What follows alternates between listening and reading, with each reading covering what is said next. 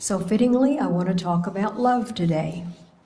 As much as we talk about it, somehow we still don't quite comprehend as well as we might the concept of unconditional love, or we'd be seeing peace celebrations break out all over the world instead of protests. We live in a world where polarization is the natural law. We have a magnetic force that keeps the planet from going into a tumble and falling out of the universe. Our moon dictates tides, our sun the seasons. It's a balancing act that keeps us sustained safely on the planet.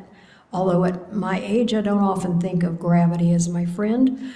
I prefer that to floating off into outer space where I would implode like a bug on a windshield if I were left open in our atmosphere.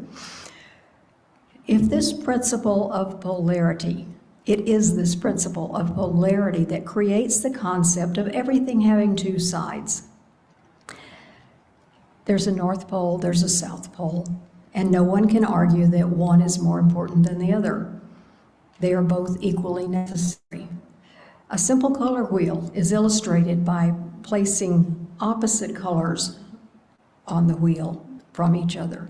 Colors opposite one another give us the highest contrast, while colors next to one another bring more harmony. Are any of the colors wrong or bad? Certainly not. How about opposite sexes? Both are necessary for our survival of the species. So how can we accept all these facts and have a problem when it comes to another's lifestyle or opinion or political choice or background or religious affiliation? I think it comes down to letting our judgment faculty take control of our discernment. Judgment often involves quick evaluations based on personal motives or biases, while discernment requires careful consideration and understanding of different perspectives before forming an opinion.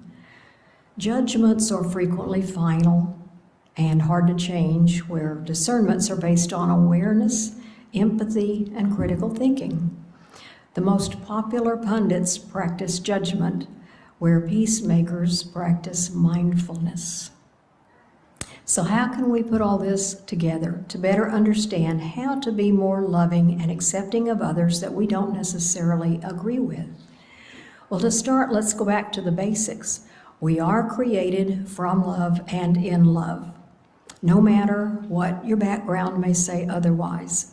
A loving God or a universal power, whatever you prefer, kept you alive through your development as a child and probably through a few near-death experiences as a young adult, if you're like me.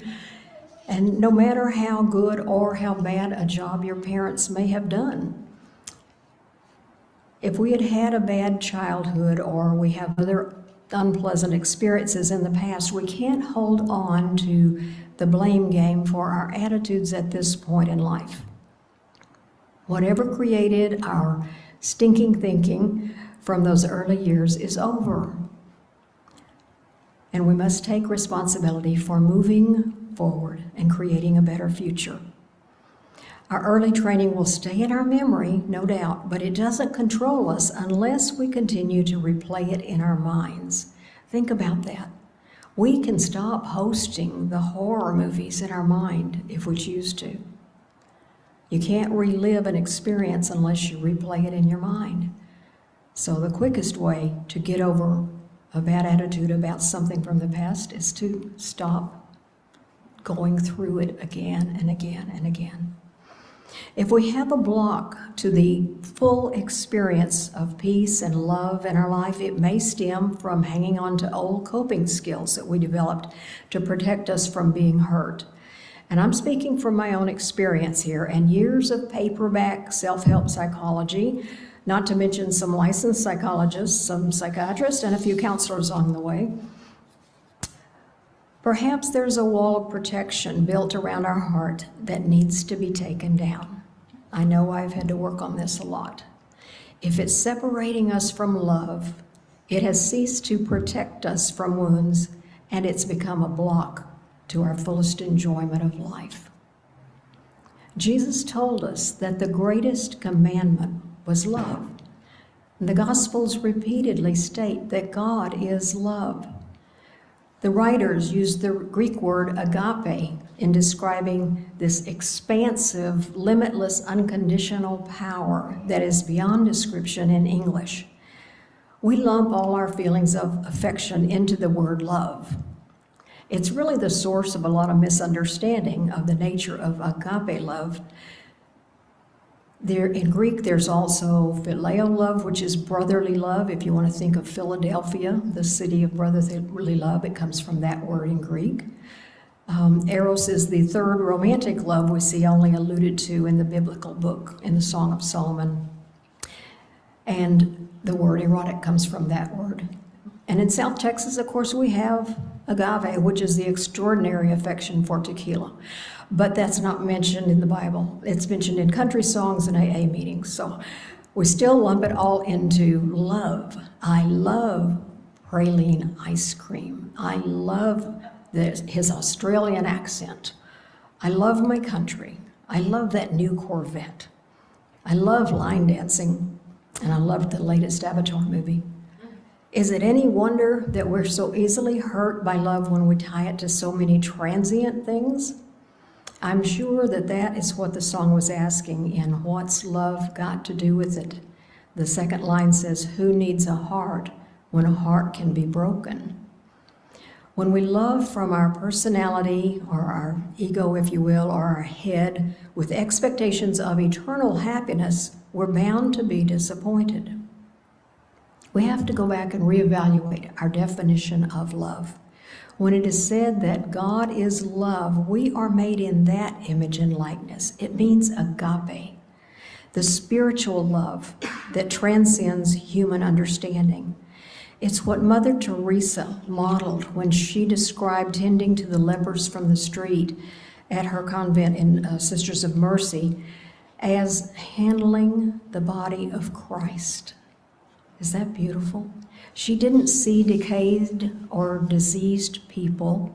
She saw the Christ.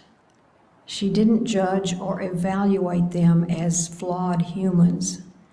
She saw the suffering person and recognized God's perfect creation in him or her. Now, I'm not suggesting I can do that myself. I haven't reached that point in my spiritual development by a long shot. But I do recognize what I need to work on. And her model shows me that that kind of love is possible. Can I simply start by not judging others for their opinions or their misguided use of money or their lack of commitment or their lack of follow-through or whatever thing I want to pick out of the sky to resent them for? I know that my opinion is not going to change anyone's behavior, not one whit. Now, I'm not saying it's not important to protect ourselves from being a victim of others' bad behaviors, but is withholding my love going to help?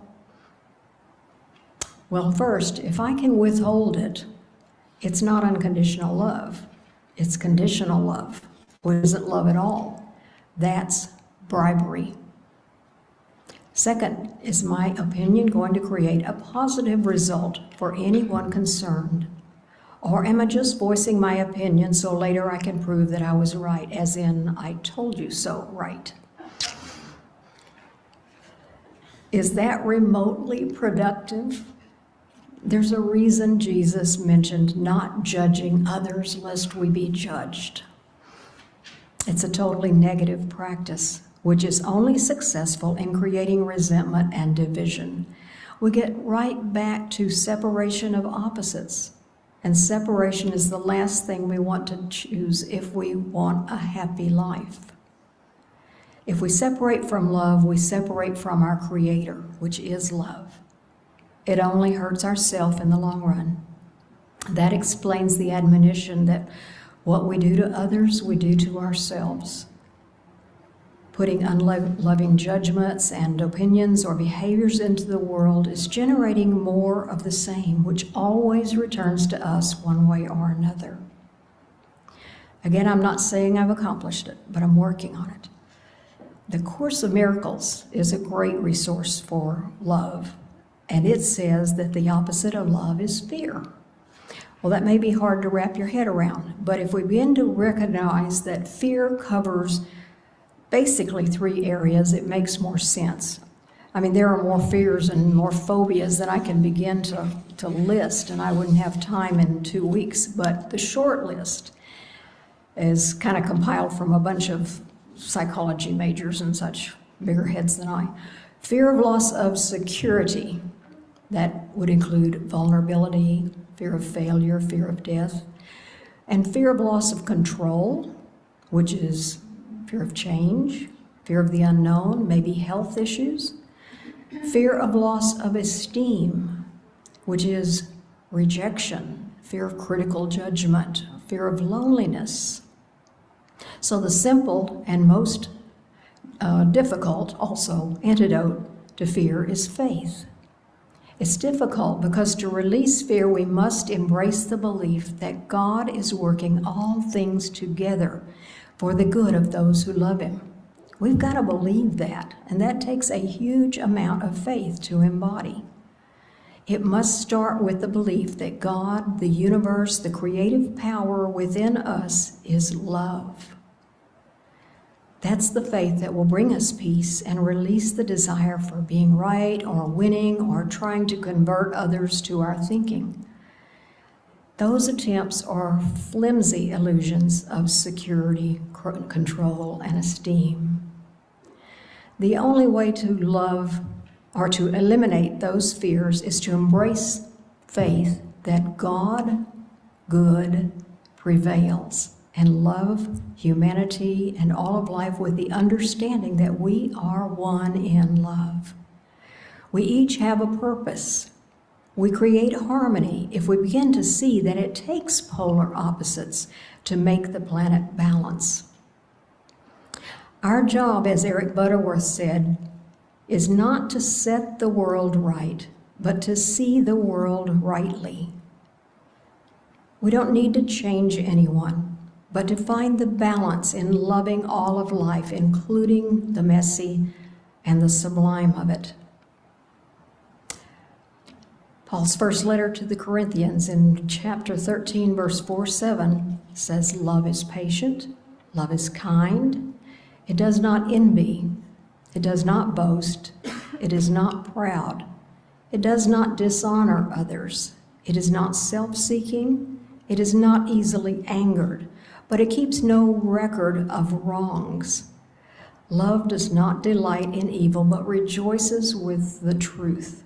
It always protects, always trusts, always hopes, and always perseveres." So what's love got to do with it? Absolutely everything. Thank you.